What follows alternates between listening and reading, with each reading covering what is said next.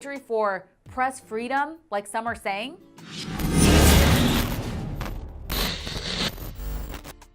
All right, how you doing? Welcome back. Hanging in there. Thanks. Appreciate it. Back to work. Back to work. You guys go back to work too. You guys go back to work. So this is CNN's chief White House correspondent Jim Acosta receiving a hero's welcome at the White House after a judge issued an injunction ordering the White House to reinstate his credentials. Now, the judge in this case believes Acosta's Fifth Amendment right to due process was violated. Now, the Trump administration can appeal the decision or not, but for now, we know the White House has plans to implement new rules. People have to behave, and they have to do, we're writing up rules and regulations to make our position. I think you were treated very unfairly, both of you.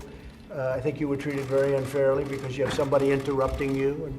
And if they don't listen to the rules and regulations, we'll end up back in court and we'll win.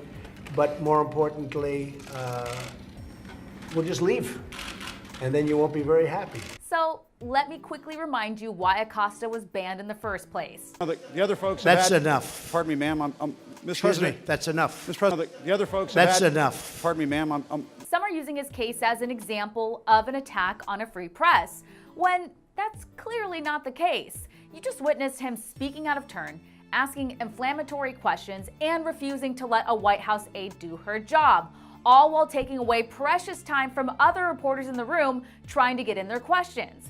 This is why he was suspended from the White House. He was suspended for unacceptable, deplorable behavior. And I'll also point out that this wasn't the first time. Acosta has made a habit of being rude and disruptive and being the story rather than just gathering facts to report the news. Want proof? Here it is. Mr. President, what did you mean when you said that Kirsten Gillibrand would do anything for a campaign contribution? Mr. President, can you be America first, but also be rubbing elbows with all these bigwigs? Why don't we turn the cameras on? I'm sorry that you have to do it. Jen, go ahead. Why not turn the cameras on, Sean? They're in the room. The lights are on. I'm moving to a different gym, I'm sorry. I know, but I didn't get a chance to ask the question that I wanted to ask. And I'm not taking another question from you at this point. Is this Caucasian or white countries, sir, or do you want people to come in from other parts of the world where they're people of color? Jim, thank you. You also might remember the stunt he pulled in April at the Easter egg roll. Sir, didn't you kill DACA? President, what about the DACA kids? Should they worry about what's going to happen to them, sir? You heard him shouting like a fool about DACA at a non-political event.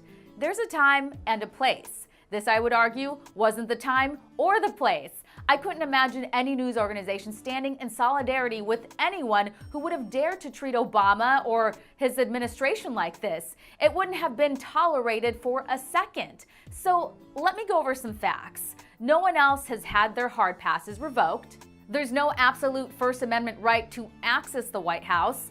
The White House doesn't have to hold press conferences at all. Nowhere in the Constitution does it say that White House reporters like Acosta have the right to a White House hard pass. And keep in mind, the Trump administration might be the most transparent administration in history. And look, I obviously value the First Amendment. The administration should be asked tough questions. Reporters should be allowed to do their jobs. And reporters don't have to kiss up to the president or officials. That being said, despite how much some in the media may dislike Trump or his team, they